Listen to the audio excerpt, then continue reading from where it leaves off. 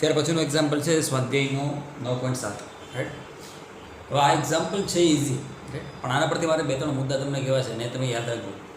આ પ્રકારના દાખલા આપણે એનસીઆરટીમાં પૂછાય છે, ગુજરાત બોર્ડમાં, ગુજકેટમાં, જેડબલઈ નીટમાં બધામાં પૂછાય છે. લેન્સ મેકર્સનું ફોર્મ્યુલા એટલો ઇમ્પોર્ટન્ટ છે રાઈટ કે રે ઓપ્ટિક્સ એના વિના શક્ય જ નથી રાઈટ. મોટા ભાગના દાખલા જે નીટમાં પૂછાણા છે એ લેન્સ મેકરના ઇક્વેશન્સ પર આધારિત છે.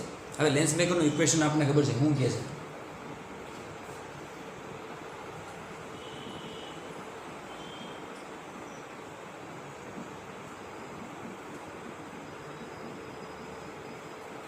આવું કંઈક કહે છે 1/f = n2 - n1/n1 1/r1 - 1/r2. દરેક પદને સમજો. એફ તો કે જે તે લેન્સની કેન્દ્ર લંબાઈ, n2 તો કે જે માધ્યમમાંથી લેન્સ બન્યો છે હે ને એનો વક્રી વળાંક અથવા લેન્સનો વક્રી વળાંક, એવું યાદ રાખો. ઘણા સ્ટાન્ડર્ડ રેફરન્સમાં અહીંયા n લેન્સ -n મીડિયમ એવું લખેલું હોય, nl - nm /nm હે ને. n1 શું તો કે કયા માધ્યમમાંથી પ્રકાશનું કિરણ આવે છે, લેન્સની બહારનું માધ્યમ કયું છે એ n1 છે રાઈટ. n1 શું છે? r1 શું છે તો કે લેન્સની પ્રથમ સપાટી કે જેના પર પ્રકાશનું કિરણ આપાત થાય છે એની ત્રિજ્યા છે. અને r2 શું છે તો કે લેન્સની બીજી સપાટી રાઈટ. તો આમાં સંજ્ઞા પ્રણાલી ક્યાં ક્યાં લાગુ પડે તો કે ત્રણ જગ્યાએ સંજ્ઞા પ્રણાલી લાગુ પડે. f માં લાગુ પડે, r માં લાગુ પડે, r1માં અને r2 માં લાગુ પડે. n2 તો કે લેન્સનો વક્રી વળાંક, n1 તો કે લેન્સની બહાર સરાઉન્ડિંગનું જે માધ્યમ છે એનો વક્રી વળાંક. 32 પેજમાં હવે અહીંયા તમને રકમ સમજવું છે 1.55 વક્રી વળાંક ધરાવતા કાચમાંથી બંને સપાટીઓની વક્રતા ત્રિજ્યા સમાન હોય. હવે આ સપાટી અને આ સપાટી બેની વક્રતા ત્રિજ્યા સમાન છે એટલે આપણે બે લેન્સ સરખો દોર્યો એટલે આ લેન્સને શું કહેવાય? બાય કોન્વેક્સ લેન્સ અથવા દ્વિબહિર્ગોળ લેન્સ બનાવવો છે તો 20 સેન્ટીમીટર કેન્દ્ર લંબાઈ મેળવવા માટે જરૂરી વક્રતા ત્રિજ્યા કેટલી છે? હવે અહીંયા તમને એફ પૂછ્યું, સોરી એફ આપી દીધું કે કેન્દ્ર લંબાઈ 20 જોતી હોય તો r1 r2 કેટલા રાખવા જોઈએ બરાબર. હવે તને ખબર છે r1 અને r2 બેના મૂલ્ય કેવા છે? સમાન, કારણ કે કેવું કીધું? વક્રતા ત્રિજ્યા સમાન. રેડી? તો આ એક બાય કોન્વેક્સ લેન્સ તારી સામે મૂક્યું છે. હવે સંજ્ઞા પ્રણાલી લાગુ પાડવા માટે મેં શું કીધું તો પ્રકાશનું કિરણ જે સપાટી પર પહેલાં આપાત થાય એ તારી પ્રથમ સપાટી, એની ત્રિજ્યા r1. તારે એટલે જ વસ્તુ યાદ રાખવાની છે, મોટા ગોળો બનાવવાનો રાઈટ. પહેલી સપાટીનો ગોળો બનાવવો હોય, આ બધી લેન્સની થિયરીમાં મેં તમને સમજાવ્યું છે. લેન્સનો વિડીયો એકવાર ફરીથી જોજો ખાસ.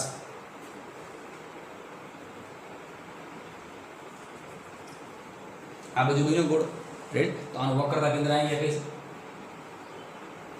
સમજાણું તને? તો અહીંયાથી આ જે અંતર્યું ને મોટા એને કહેવાય r1 રેડી. તો આ તે ક્યાં આપ્યું તો કે આપાત પ્રકાશની દિશામાં આપ્યું. સમજાણું તને? ધ્રુવથી.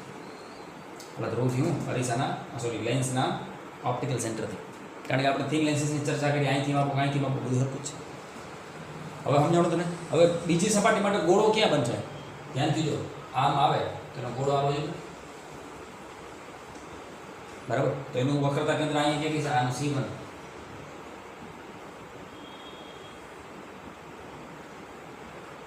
તો આમ આપણે r2 કેવું? તો r2 આપણે કઈ દિશામાં આવ્યું તો કે આપાત પ્રકાશની વિરુદ્ધ દિશામાં આપ્યું માટે માઇનસ. તો આ જ રમત જોવાની મોટા. r1 જે દિશામાં માપશો ધારી લે કે બે વક્રતા ત્રિજ્યા હરખી છે. r1 બરાબર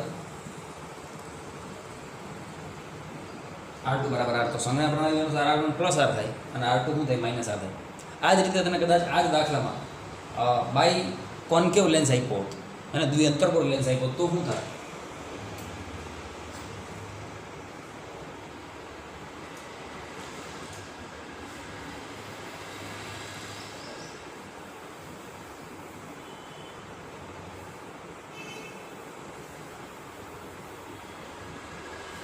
તો શું થાય બોલો? ત્રિજ્યામાં શું કરશું તો કે પ્રથમ સપાટી પર પ્રકાશનું કિરણ આપાત થયું. હવે એનો ગોળો કઈ બાજુ બનશે? અને ફ્લોમાં બનાવવાનો. ફ્લો એટલે એવું તો મગજ કામ કરે ને. આનો ગોળો કોઈ આમ ન બને, ઊંધો થોડો બને યાર હે ને, એવી મસ્તી નહીં કરવાની. તો આનો ગોળો કઈ બાજુ બનશે? આ બાજુ બનશે.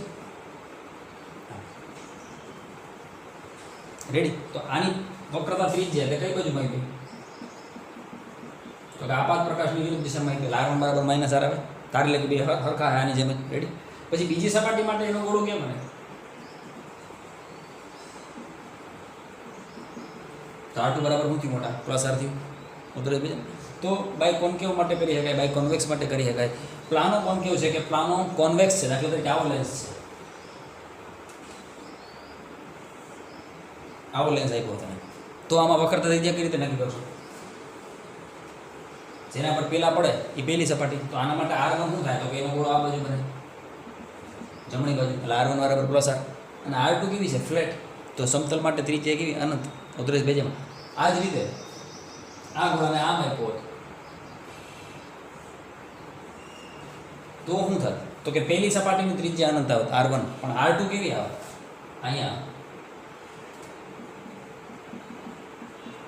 R1 બરાબર પ્લસ R થયું, પણ અહીંયા શું થાય?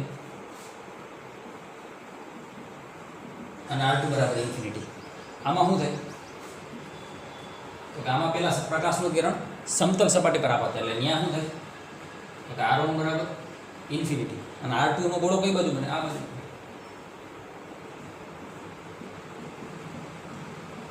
R2 બરાબર માઇનસ R. હવે ઉતરેશ ભેજામાં ખાલી એટલું સમજી જાય એટલે લેન્સમાં કોઈ દી ક્યાંય પાછા નહીં પડો. સૂત્ર તો આવી દીધું. રેડી? હવે દાખલો કરી નાખીએ.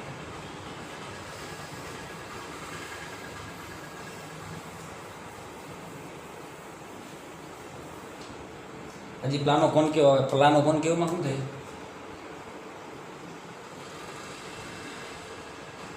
આ પ્રકારનો લેન્સ હોય અને પ્લાનો કોન્કેવ કહેવાય. આમાં શું થાય? પહેલી સપાટી કઈ થાય? R1, એનો ગોળો આ બાજુ બન્યો, આપાત પ્રકાશની વિરુદ્ધ દિશામાં હું આપશું, એની ત્રિજ્યા આપાત પ્રકાશની વિરુદ્ધ દિશામાં આપીને બેટા એનો ગોળો આ બાજુ બને તો રાઈટ. બીજી સપાટીની ત્રિજ્યા અનંત. રેડી? પછી શું થાય? એક સપાટીની આ રીતે રાખીશું. ઉતરે બે આમાં પહેલી સપાટીની ત્રિજ્યા કેટલી હોય? આ બીજીનો જે ગોળો છે એ જમણી બાજુ બનશે. ઉતરે ભેજે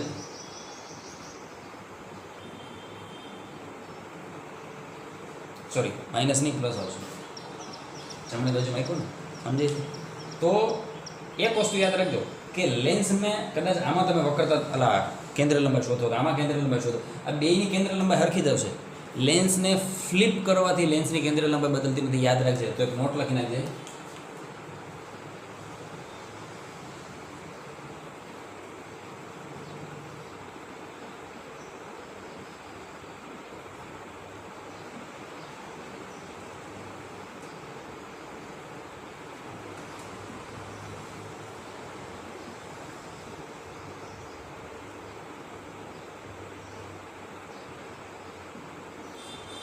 કારણ કે લેન્સને ફ્લિપ કરવાથી કોઈ દી એની કેન્દ્ર લંબાઈ કે પાવર બદલતો, કારણ કે 1/f એટલે પાવર જ થી ને મોટા, એટલે આ દાખલા કોમ્પિટિટિવ એક્ઝામ માટે બહુ કામના છે હો ને, એટલે ડિટેલમાં સમજાવું છું.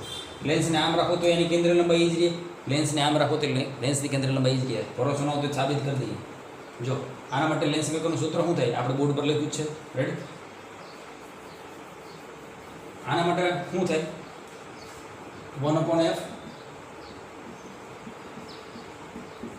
પહેલી ત્રિજ્યા કેટલી છે? -r, એટલે શું થાય?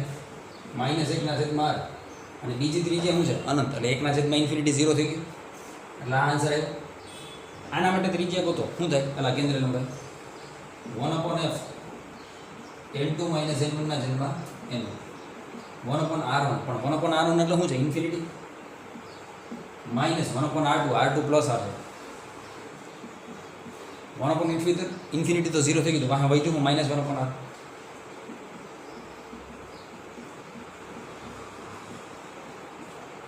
જોઈ લે, આનો કેન્દ્ર લંબાઈ કે પાવર આ થાય અને આની કેન્દ્ર લંબાઈ કે પાવર આ થાય, બે આન્સર જોઈ લે એક કરતા. રેડી? એટલે લેન્સને ફ્લિપ કરવાથી લેન્સની કેન્દ્ર લંબાઈ કે પાવર બદલતો નથી. એટલા માટે મેં આ દાખલો ડિટેલમાં ગણાવ્યા, બાકી દાખલામાં કાંઈ છે જ નહીં, એમાં સીધી કિંમત જ મૂકવાની છે. રેડી? હાલો હવે આપણે દાખલો ગણી નાખીએ.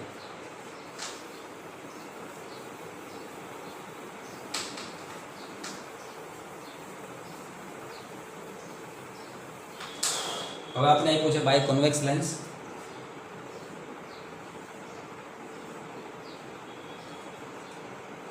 આ પ્રકાશનું કિરણ લઈ લીધું એના પર.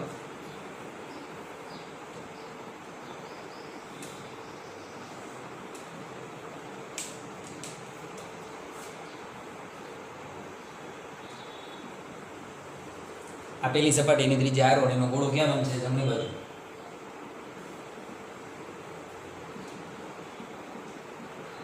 એટલે R1 બરાબર પ્લસ R સમજાય છે ને? હવે ગજ નથી સમજાતું, જમણી બાજુ મેં પણ બેટા. એટલે બીજી સપાટીનો ગોળો ક્યાં બનશે? આ બાજુ.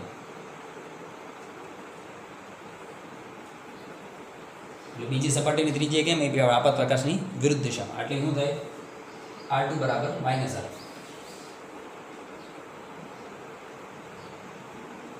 તો રકમમાં જ એક સમાન વક્રતા ત્રિજ્યા એટલે બે વક્રતા ત્રિજ્યા આપણે સરખી લીધી. હવે લેન્સ મેકરના સૂત્ર પરથી શું લખાય?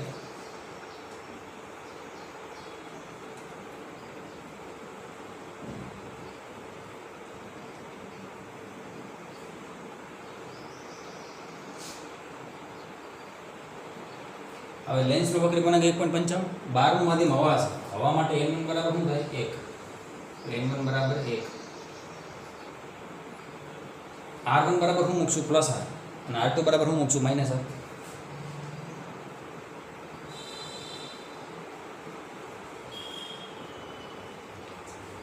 તને એવો ડાઉટ થવો જોઈએ કે સાહેબ +20 શું કરવા લખ્યું?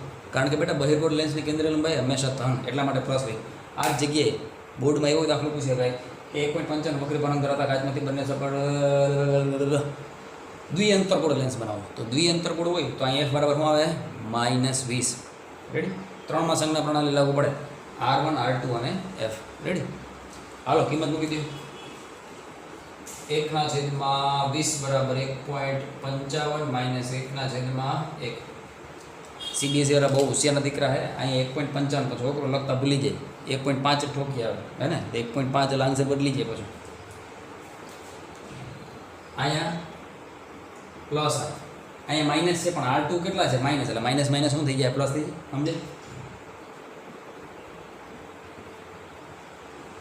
1/20 બરાબર 1.55 માંથી 1 જાય એટલે 0.55. 0.55 ને કેમ લખાય? તો કે 0.55 લખાય ને. હવે આ શું થઈ ગયા? તો કે માઇનસ માઇનસ પ્લસ 1/r વત્તા 1/r. બરાબર? 1/r વત્તા 1/r એટલે 2/r. 1/20 બરાબર આને કેમ લખાય? તો કે 55/100 એને ગુણાકારમાં 2/r. હવે આપણે શેમાં રસ છે? તો કે આપણને ઘેરે જ આવવાનું. ઘેરે તો છો આખું તે. રાઈટ? આપણને શેમાં રસ છે? R શોધવામાં. તો R ને કરતા બનાવો. R બરાબર શું થાય? તો કે R અંશમાં વહી જાય અને 20 સામે વહી જાય. એટલે 2 ગુણાકારમાં 20 ગુણાકારમાં 55 એના છેદમાં 100. રેડી? એક મિનિટ અહીં જોયું થઈ ગયું. રાઈટ? 2 5 10 અને 5 11 55. એટલે વાહ શું કીધું? તો કે 11 ગુણાકારમાં 2. 11 ગુણાકારમાં 2 એટલે ભારતીય સંવિધાન મુજબ જવાબ કેટલો થયો? 22.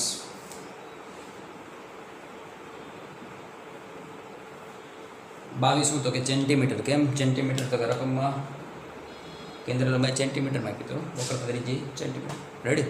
તો આ દાખલામાં બે મુદ્દા વ્યવસ્થિત શીખવાડ્યા કે R1 R2 ની ત્રિજ્યાની કિંમત કઈ રીતે મૂકવી, અંતર્ગોળ હોય તો, બહિર્ગોળ હોય તો. અને બીજો મુદ્દો એ શીખવાડ્યો કે લેન્સને ચેન્જ કરવાથી, લેન્સને ફ્લિપ કરવાથી લેન્સના પાવરમાં કોઈ ફેર નથી પડતો. પ્રકાશનું કિરણ અહીંથી આવે તો એ કેન્દ્ર લંબાઈ 20 જ હોય. પ્રકાશનું કિરણ અહીંથી આવે તો એ કેન્દ્ર લંબાઈ 20 જ હોય. રેડી? That's it.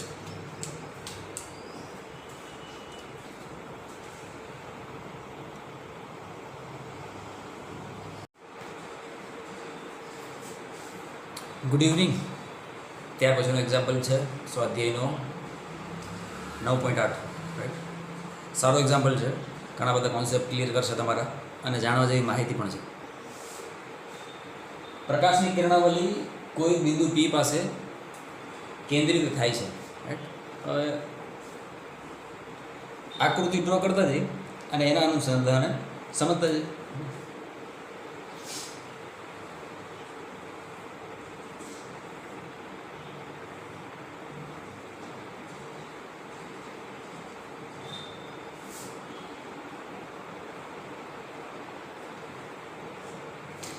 સમાંતર કિરણાવલી એવો શબ્દ નથી હોતો, ખાલી કિરણાવલી લીધી છે. રાઈટ? એટલે આપણે બધી પ્રકારના કિરણો લીધા અને દાખલો 2 પાર્ટમાં છે.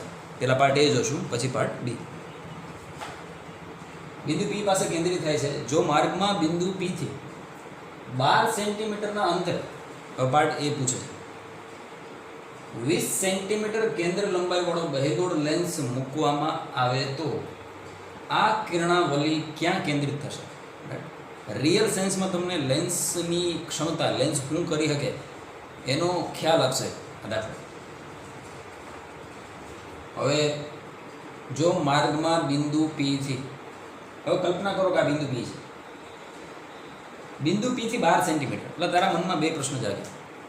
એક સાહેબ કોઈ પ્રશ્નો જાગતા જ નથી નહીં, એટલે કદાચ એવું થાય કે બિંદુ P થી 12 સેન્ટીમીટર કઈ બાજુ? એક વિદ્યાર્થી મને ડાઉટ પૂછ્યો, એ કે સાહેબ લેન્સ આપણે અહીં રાખ્યું હતું જમણી બાજુ. તું કલ્પના કર કે વાસ્તવમાં કિરણાવલી બિંદુ P આગળ કેન્દ્રિત થાય જ છે, એ કેન્દ્રિત થઈ ગઈ. હવે તું એની જમણી બાજુ લેન્સ મૂકે તો શું ફાયદો? ઉતરેશ ભેજામાં કે નહીં? તો સ્વાભાવિક છે લેન્સ ક્યાં આવશે? હવે સમજો,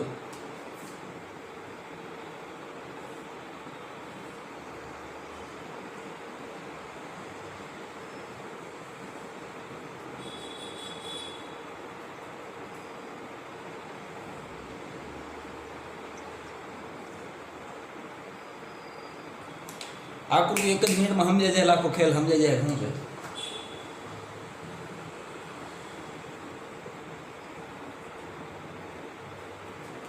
આવો કંઈક કેસ થવાનો છે.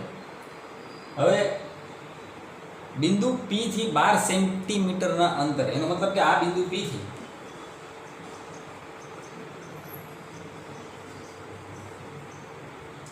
આ જે અંતર થયું મોટા, એ કેટલું થયું? 12 સેન્ટીમીટર થયું. સમજાય છે? ઓકે. તો જ્યારે લેન્સ નહોતો તો આ રીતે ભેગા થતા હતા ને ઉતરેશ ભેજ. પણ હવે શું થાય કે લેન્સ મૂકવાથી આખું ચિત્ર બદલાઈ જાય. હવે લેન્સ પોતાની ક્ષમતાનો પરિચય આપશે, હે ને? અને જરૂરી નથી કે એ કિસ્સામાં બિંદુ P આગળ જ પાછું બીમ કેન્દ્રિત થાય. તો ક્યાં કેન્દ્રિત થાય એ તો આપણે ગોતવાનું છે, રાઈટ? આમાં આભાસી વસ્તુનો એક સરસ કોન્સેપ્ટ સમજવા પડશે તમને, રાઈટ? હવે ક્યાં કેન્દ્રિત થાય? હવે આપણે ખબર છે પ્રકાશના કિરણો જ્યાં વાસ્તવમાં કેન્દ્રિત થાય ત્યાં પ્રતિબિંબની રચના કરે. ઉતરેશ ભેજામાં તો લેન્સની કેન્દ્ર લંબાઈ તમને રકમ આપી દીધી 20 સેન્ટીમીટર.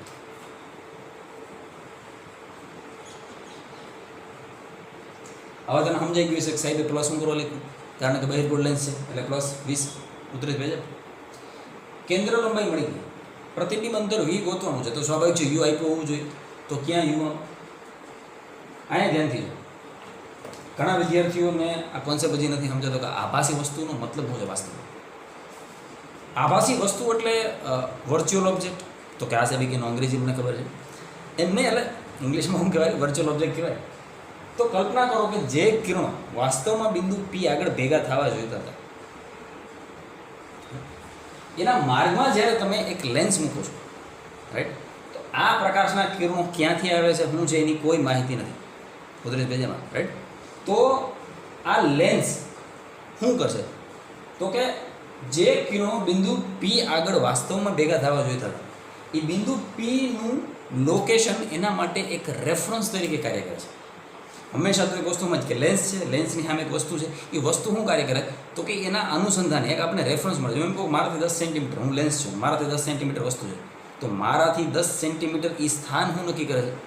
વસ્તુ મારાથી કેટલી છેટી છે. ઉતરેશ ભેજામાં 15 સેન્ટીમીટર 20 સેન્ટીમીટર, તો કાંઈક રેફરન્સ જોઈએ ને. 10 સેન્ટીમીટર છેટી છે તો એનું પ્રતિબિંબ ક્યાંક મળશે. ઉતરેશ ભેજામાં કારણ કે ગાઉસના સમીકરણમાં 3 ભૌતિક રાશિ છે, F, V અને U. બરાબર? તમને V પૂછ્યું છે તો સ્વાભાવિક છે F અને U આપવા પડે, કાં તો રિયલ આપવા પડે, વાસ્તવમાં આપવા પડે કે એક લેન્સ છે. અને તને ખબર છે વાસ્તવમાં હોય તો ક્યાં હોય? લેન્સની ડાબી બાજુ હોય વસ્તુ, લેન્સની ડાબી બાજુ હોય, એના પરથી પ્રકાશના કિરણો લેન્સ પર આવશે. હવે લેન્સ કાં તો એને કેન્દ્રિત કરશે, કાં તો લેન્સને વિકેન્દ્રિત કરશે. કોન્સેપ્ટ તારા ભેજામાં બેસે છે. રિયલ ઓબ્જેક્ટ હોય તો એના પરથી પ્રકાશના કિરણો આવતા હોય, પણ અહીંયા કેવું થાય કે આ લેન્સને એવું ફીલ થાય છે કે એ કિરણો અહીંયા ભેગા થવા જોઈતા હતા, ક્યાં P આગળ, પણ એની વચ્ચે તમે શું કીધું હતું? લેન્સ. તો એનો મતલબ કે આ લેન્સથી પોઈન્ટ P જે 12 સેન્ટીમીટર છેટો છે એક વર્ચ્યુઅલ ઓબ્જેક્ટ તરીકે કાર્ય કરશે, એક આભાસી વસ્તુ તરીકે કાર્ય કરશે. અને એના અનુસંધાને તમે શું કરશો? શિફ્ટ કરશો. આખો દાખલો ગણાવી જાય ને પછી ફરીથી હું આ ટોપિક પર આવીશ અને તારો ફંડા ક્લિયર કરાવીશ કે વાસ્તવમાં વર્ચ્યુઅલ ઓબ્જેક્ટનો મિનિંગ અહીં શું હતો. રેડી? તો અહીંયા આ આપાત પ્રકાશની દિશા છે. તો આમ જો અહીંયા લેન્સના ઓપ્ટિકલ સેન્ટર હોય, આપણે બિંદુ P નું અંતર માપ્યું, રાઈટ? એ આપાત પ્રકાશની દિશામાં મૂક્યું એનો મતલબ શું થયો મોટા કે યુ બરાબર શું થઈ ગયું +12 સેન્ટીમીટર. કેન્દ્ર લંબાઈ તો આપી જ છે. રેડી. તો હવે હું લખીએ કે ગાઉસના સમીકરણ પરથી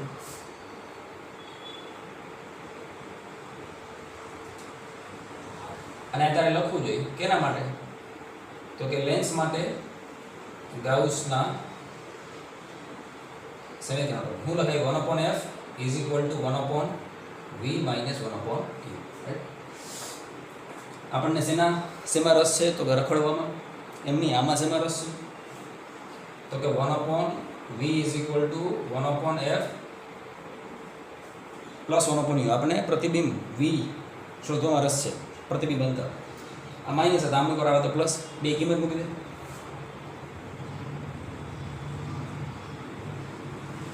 એકના છેદમાં +20 વત્તા એકના છેદમાં +12 ઉતરે છે બેજેમાં રાઈટ. સાદુરૂપ દઈ દે. એકના છેદમાં v બરાબર 12 વત્તા 20 ના છેદમાં 20 ગુણાકારમાં 12 ઉતરે છે બેજેમાં. સાદુરૂપ દેતો જાય. આ થઈ ગયા 32 આ થઈ ગયા 12 એના ગુણાકારમાં 20 આના અડધા 16 આના અડધા 10 આના અડધા 8 આના અડધા 5 છેદમાં થઈ ગયા 12 ને 5 60 અંશમાં થઈ ગયા 20 બે બાજુ વ્યસ્ત લઈ લો તો અહીંયા 1/v નું થઈ ગયું v અને અહીંયા 8 ના છેદમાં 60 હતા એનું શું થઈ ગયું 60 ના છેદમાં 8 15 ચોખ્ખું 60 અને 4 દુ 8 એટલે 15 ના છેદમાં 2. નોંધવા જેવું મુદ્દો હોશિયાર વિદ્યાર્થી પહેલાં જ નોંધી લે કે પેલો લેન્સનો દાખલો જોયો કે જ્યાં વસ્તુ અંતર પ્લસ આવ્યું. હવે સમજાય આભાસીનું વસ્તુ ત્યાં વસ્તુ છે નહીં પણ લેન્સને એવું થાય છે કે ત્યાં વસ્તુ છે.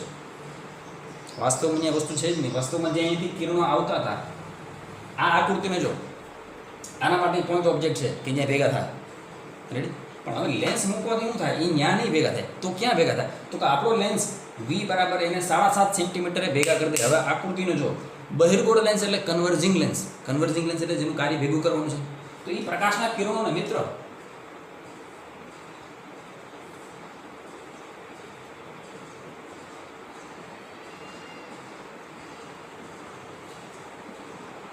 અહીંયા ભેગા કરી દે આ આગળ. અને ઓપ્ટિકલ સેન્ટરથી આ અંતર કેટલું થઈ ગયું મિત્રો તો કે 7.5 સેન્ટીમીટર. પ્લસ આવ્યું મતલબ જમણી બાજુ મતલબ આ પાત પ્રકાશની દિશામાં મૂક્યું તો જ પ્લસ આવે. સમજાય છે. હવે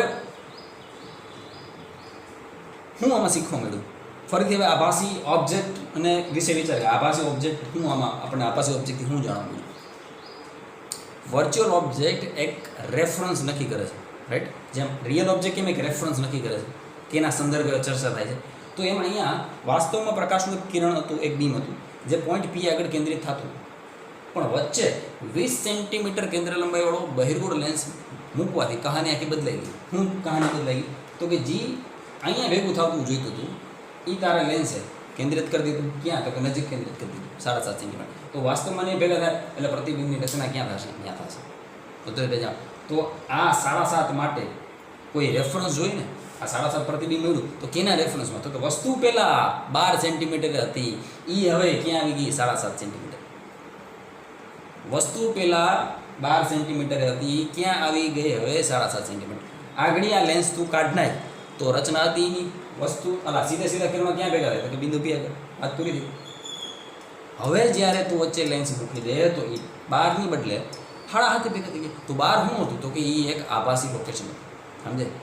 હવે આમાં પાર્ટ બી એવો છે કે અહીંયા જે 20 સેન્ટીમીટર છે ને એ લખ્યું 16 સેન્ટીમીટર કેન્દ્ર લંબાઈવાળો અંતર્ગત લેન્સ મૂકવામાં આવે. તો તું વિડીયોને પોઝ કરી રાઈટ અને લખવું તો લખી શકાય કે આમાં આન્સર પૂછ્યું કે આ કિરણાવલી ક્યાં કેન્દ્રિત થાય તો કે લેન્સની જમણી બાજુ. આ કિરણાવલી લેન્સની જમણી બાજુએ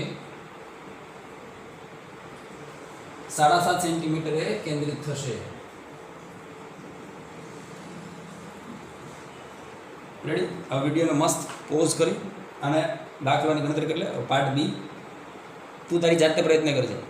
16 સેન્ટીમીટર કેન્દ્ર લંબાઈવાળો અંતરકોણ લેન્સ મૂકી વિડીયોને પોઝ કરી મસ્ત ટ્રાય કર, બરાબર. હું પૂછી અને બોર્ડ પર એ દાખલો ગણું છું.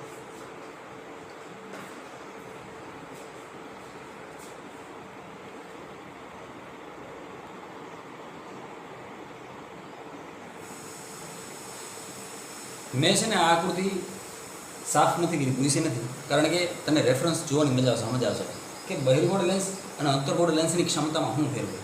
અહીંયા તું જોઈ શકીશ બોર્ડ પર, રાઈટ. બોર્ડ નાનું છે ને એટલે થોડી તકલીફ છે, રાઈટ. હવે અંતર્ગોળ લેન્સ છે ત્યાં પણ અહીંયા બિંદુ પી જે છે આમાં આભાસી વસ્તુ તરીકે કાર્ય કરતું હતું, તો આમાં સ્વાભાવિક છે આભાસી વસ્તુ તરીકે કાર્ય કરશે. એટલે વસ્તુ અંતર કેવું તો કે +12, કારણ કે આપાત પ્રકાશની દિશામાં માપ્યું, રાઈટ. પરંતુ હવે આ જે કેન્દ્ર લંબાઈ છે એ કેટલી લીધી મોટા તો કે -16 સેન્ટીમીટર. માઇનસ શું કરવા તો કે અહીંયા જ્યાં મેં રકમ નથી લખી પણ તું લખી નાખજે, પાર્ટ બી કરી 16 સેન્ટીમીટર તારી પાસે ચોપડી છે ને, પછી હું કેન્દ્ર લંબાઈવાળો અંતર્ગળ લેન્સ મૂકવામાં આવે તો આ કિરણાવલી ક્યાં કેન્દ્રિત થશે તો પ્રશ્ન. તો ફરીથી ગાઉસના સમીકરણ પરથી શું લખીએ 1/f = 1/v - 1/u. પ્રતિબિંબમાં રસ છે 1/v ને કરતા બનાવો 1/f - 1/u. સોરી માઇનસ શું માઇનસ હતા આ બધા એટલે પ્લસ આવી કિંમત મૂકી દે -1/16 વત્તા +1/12. રેડી. અંતર્ગોળ લેન્સ છે ને બેટા, કેન્દ્ર લંબાઈ માઇનસ, વસ્તુ અંતર જમણી બાજુમાં આભાસી વસ્તુ છે પ્લસ લસા કેટલો તો કે 12 -12 વત્તા 100/12 ગુણાકારમાં 16, બરાબર. તો 16 માંથી 12 જાય તો કેટલા વધે 4.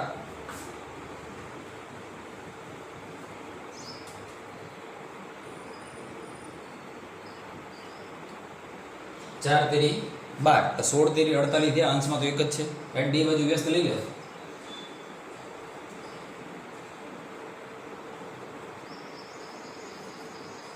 એટલે વી તને મળ્યું એ પ્લસ મળ્યું 48 સેન્ટીમીટર પ્લસ મળ્યું, રાઈટ. આ પણ નોંધવા જેવો મુદ્દો છે કે અંતર્ગોળ લેન્સમાં કોઈ પ્રતિબિંબ અંતર પ્લસ ન થતું, તને ખબર છે. એનું પ્રતિબિંબ આભાસી મળે, આ બાજુ મળે 32 ભેજામાં, રાઈટ. આમાં તો ઠીક છે વાસ્તવમાં કેન્દ્રિત થાય છે. તો અહીંયા જે પ્રતિબિંબ મળે એ પ્રતિબિંબ કેવું છે આ આઈ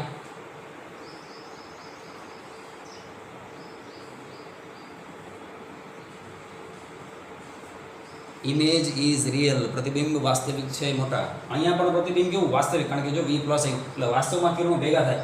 પણ ધ્યાનથી જો આ +12 છે, આના પ્રતિબિંબ કેમ આવ્યું +48, તો ધ્યાનથી જો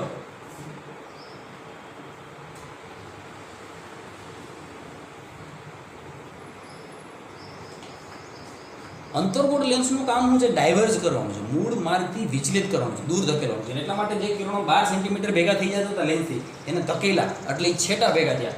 12 અને 48 ફેર છે ને, જે અહીંયા ઓબ્જેક્ટ છે જો અહીંયા આવો, રાઈટ. એનું પ્રતિબિંબ અહીંયા મળ્યું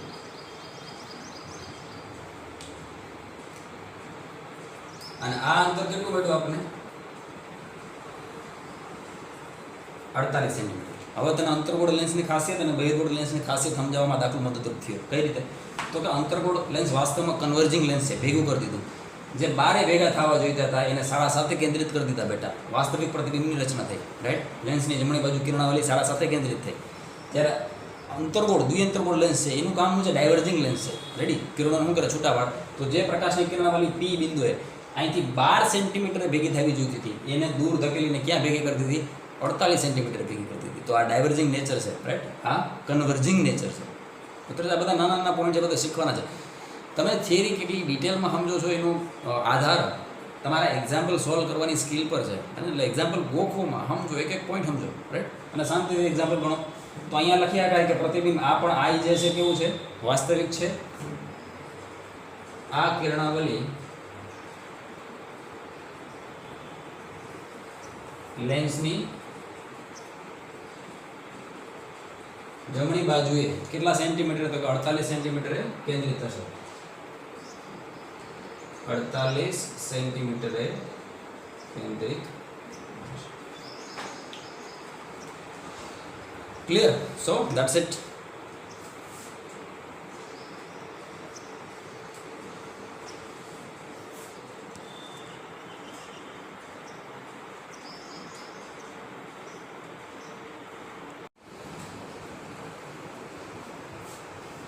ત્યાર પછીનું એક્ઝામ્પલ છે સ્વાધ્યાયનો 9.9 એકદમ બેઝિક એક્ઝામ્પલ છે રાઈટ.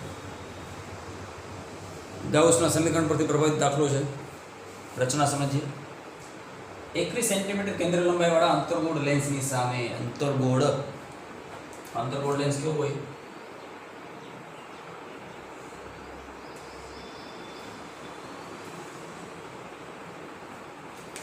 ચૌદ સેન્ટીમીટરના અંતર. એટલે કેન્દ્ર લંબાઈ જે આપી છે આપણે કેટલી આપી છે?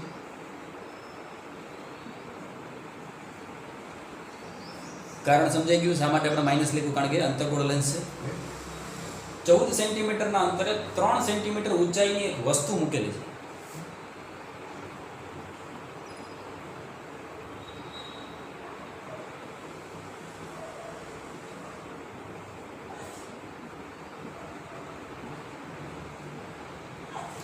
અહીંયાથી વસ્તુ કેટલી છેટી છે? 14 સેન્ટીમીટર. અને વસ્તુની ઊંચાઈ જે છે એ કેટલી આપેલી છે?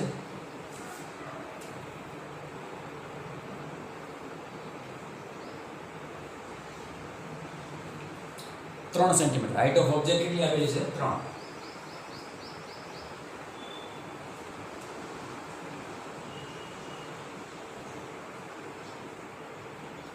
તો આપણે પૂછે છે કે લેન્સ વડે મળતા પ્રતિબિંબનું વર્ણન કરો. પછી કંઈક એવું પૂછે છે પાર્ટ બીજો કે વસ્તુને લેન્સથી દૂર લઈ જવામાં આવે તો શું થશે? એ પછી જોઈએ. પહેલાં જોઈએ કે પ્રતિબિંબ કઈ રીતે મળશે. હવે તમે જાણો છો પ્રતિબિંબ મેળવવા માટે આપણે બે વસ્તુની જરૂર પડે, કેન્દ્ર લંબાઈ અને વસ્તુ અંતર. બે આપેલા છે તો લખ્યા કાંઈ. લેન્સ માટે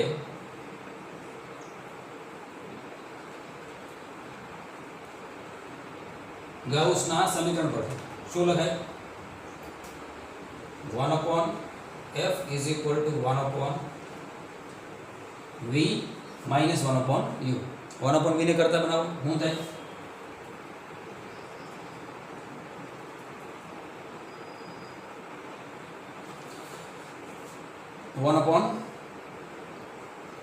f આ માઇનસ હતા, આ બાજુ કે તો પ્લસ રાઈટ.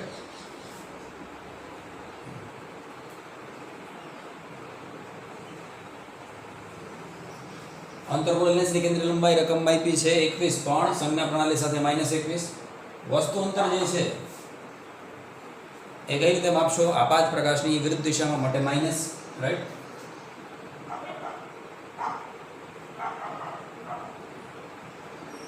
આ કેટલા થઈ ગયા મિત્રો? -14 થઈ ગયા રાઈટ.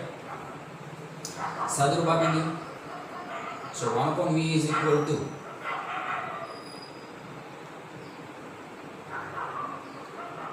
-14 -21 ઓદરેસ બેજામાં રાઈટ. છેદમાં શું થઈ જાય? તો કે 21 એને ગુણાકારમાં 14 રાઈટ. હવે બે બાજુ શું લઈ લ્યો? વ્યસ્ત લઈ લો રાઈટ. બે બાજુ વ્યસ્ત લઈ લો એટલે v બરાબર શું થયું? તો કે 21 ગુણાકારમાં 14. 21 ગુણાકારમાં 14 ના છેદમાં કેટલું થશે? -35. આ કેટલું થઈ ગયું? -35 રાઈટ. આ થઈ ગયું 7 તેરી ને 21 અને આ થઈ ગયું 7 5 35 રાઈટ. અંશમાં વૈદા 14 તેરી ને 42 -42 ના છેદમાં 5.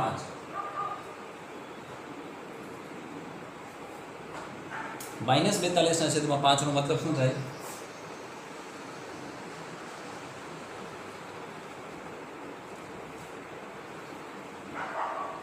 કે પ્રતિબિંબ આપણે -8.4 મળ્યું. હવે મેં તમને ખબર હતી વિડીયોમાં નોંધ લખાઈ હતી. શું યાદ છે? લેન્સ માટે જ્યારે યુ અને વીની સેમ સાઇન હોય ત્યારે મળતું પ્રતિબિંબ કેવું છે? આભાસી.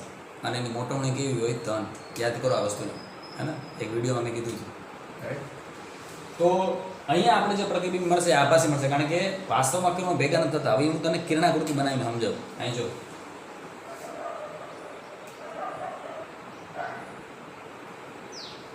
એક પ્રકાશનું કિરણ લીધું રાઈટ. એ મુખ્ય અક્ષને સમાંતર લીધું.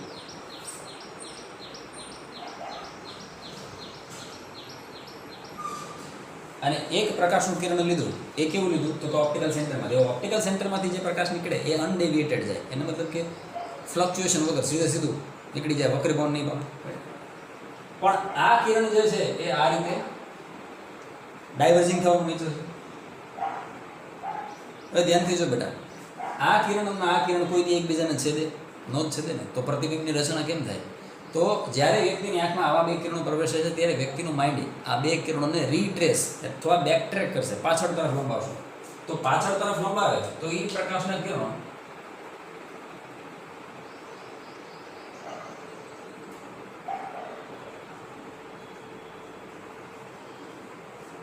આને પાછળ તરફ લંબાવો એટલે અને આને પાછળ તરફ લંબાવો, આ બે એકબીજાને ક્યાં છે તો કે આ બિંદુ આગળ છે ને અહીંયા રચના થાય છે ની પ્રતિબિંબની આ. અને આ અંતર અહીંયાથી કેટલું છે એટલું મળ્યું તો કે 8.4. ઉતરેશ ભેજમ રેડી? આ અંતર કેટલું છે? 8.4.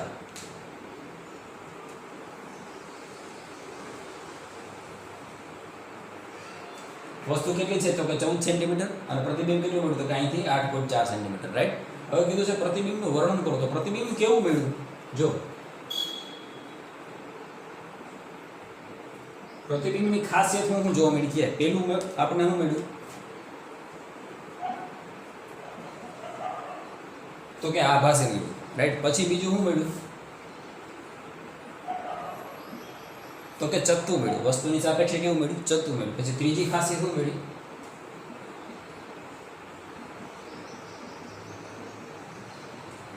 વસ્તુ કરતાં નાનું મળ્યું. અને ચોથી ખાસિયત શું તો કે કેન્દ્ર લંબાઈ 21 સેન્ટીમીટર આપી છે અને પ્રતિબિંબ અંતર કેટલું? 8.4. એનો મતલબ કે ક્યાં મળ્યું તો કે સ્થાન લેન્સના સી અને એફ ની નીચે. લેન્સના ઓપ્ટિકલ સેન્ટર સી અને ફોકસ એફ ની વચ્ચે સ્થાને મળે. આ ચાર વસ્તુ પ્રતિબિંબનું વર્ણન કરે. આભાસી, ચત્તુ, વસ્તુ કરતાં નાનું. રાઈટ? હવે વસ્તુ કરતાં કેટલું નાનું છે એના માટે આપણે મોટવણીની જરૂર પડશે. તો આના માટે લખી શકીએ અહીંયા મોટવણી m બરાબર લેન્સ માટે વ્યાખ્યા શું છે તો કે v/u. જ્યારે પણ કિંમત મૂકો સંજ્ઞા પ્રણાલી સાથે મૂકો. રાઈટ? m બરાબર થઈ ગયું -8.4 ના છેદમાં u કેટલું છે? u કેટલું છે? 14 સેન્ટીમીટર. ઉતરેશ ભેજા આ લાલ લખી દીધું આપણે 14. પણ એના બરાબર તો શું લખાય તો કે આના બરાબર આપણી પાસે સૂત્ર હતું hi ના છેદમાં ho. હાઇટ ઓફ ઇમેજના છેદમાં હાઇટ ઓફ ઓબ્જેક્ટ. આ બધું એક સાથે લખાય. રાઈટ? તો અહીંયા આપણે લખશું ફરીથી hi ના છેદમાં ho. તો તેને રકમમાં આપી દીધું છે 3 સેન્ટીમીટર છે ને હાઇટ ઓફ ઓબ્જેક્ટ. રાઈટ? આ માઇનસ માઇનસ શું થઈ ગયા? પ્લસ થઈ ગયા બેટા. તો hi શું થયું? અહીંયાથી hi ને કરતા બનાવો તો 3 ગુણાકારમાં 8.4 ના છેદમાં 14. રાઈટ? અડધા અડધા કરશો તો આ કેટલા થશે? 84 ને અડધા કરતો 4.2 43 અને આ થઈ ગયા 7. રાઈટ? તો 4.2 અને 3 એટલે એના 42 ગુણાકારમાં 3 કેટલા થશે?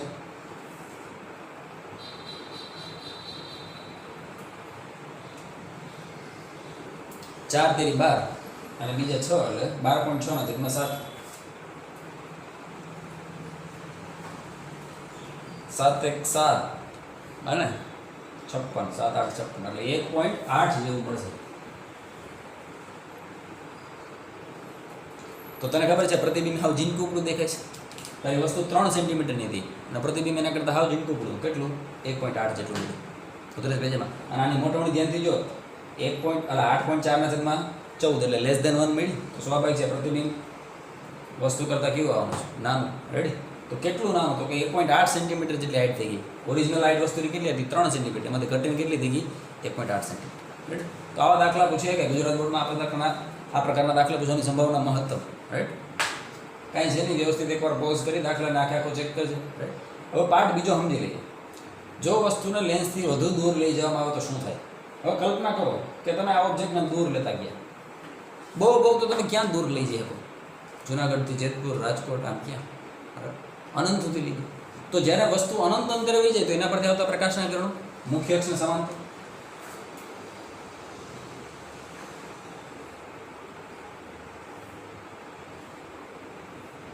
મુખ્ય અક્ષને સમાંતર થઈ ગયા, બહુ બધો અનંત જ લઈ જઈએ કે ક્યાં લઈ જઈએ?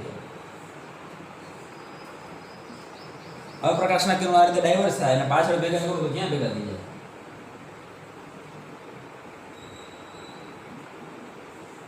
એ ફરક. એનો મતલબ હવે ધ્યાનથી એમ જ છે, જેમ આ ઓબ્જેક્ટને લેન્સથી દૂર લઈ જાઓ એમ પ્રતિબિંબ ક્યાં ખવતું જાય? તો કે લેન્સથી દૂર અને પ્રિન્સિપલ ફોકસ મુખ્ય કેન્દ્ર તરફ ખસતું જાય અને એની સાઇઝ ઘટતી જાય. યાદ રાખજે, અહીં લખ્યું છે જો લેન્સને વધુ દૂર લઈ જવામાં આવે તો શું થશે? તો વસ્તુનું પ્રતિબિંબ લેન્સથી દૂર મુખ્ય કેન્દ્ર F તરફ ખસશે પણ તેનાથી દૂર નહીં જાય. બહુ તો બહુ F સુધી જઈએ કે એનાથી વધારે ન જાય કે કેમ? અરે ભાઈ વસ્તુનો અનંત અંતર તો લઈ ગયા, હવે એનાથી સેટી ક્યાં લઈ જાય? વસ્તુ જ્યારે અનંત અંતર આવે એટલે મુખ્ય પ્રકાશના કિરણ એના પરથી આવતા પ્રકાશના કિરણો મુખ્ય અક્ષને કેવા થઈ ગયા? બોલ ભાઈ, કેવા થઈ ગયા? મુખ્ય અક્ષને સમાંતર. તો વધારે વધારે પ્રતિબિંબ જે મળે કેવું મળે? F આગળ. અને એની સાઇઝ કેવી થાય? ઘટતી જાય. જેમ જેમ વસ્તુ આ 3 સેન્ટીમીટરની વસ્તુને તમે જેમ લેન્સથી દૂર લેતા જાઓ એમ એની સાઇઝ પ્રતિબિંબની સાઇઝ ઘટતી જાય. વસ્તુ અનંત અંતર આવી જાય તો પ્રતિબિંબ ક્યાં મળશે? મુખ્ય કેન્દ્ર આગળ, બિંદુ જ સ્વરૂપે. રેડી?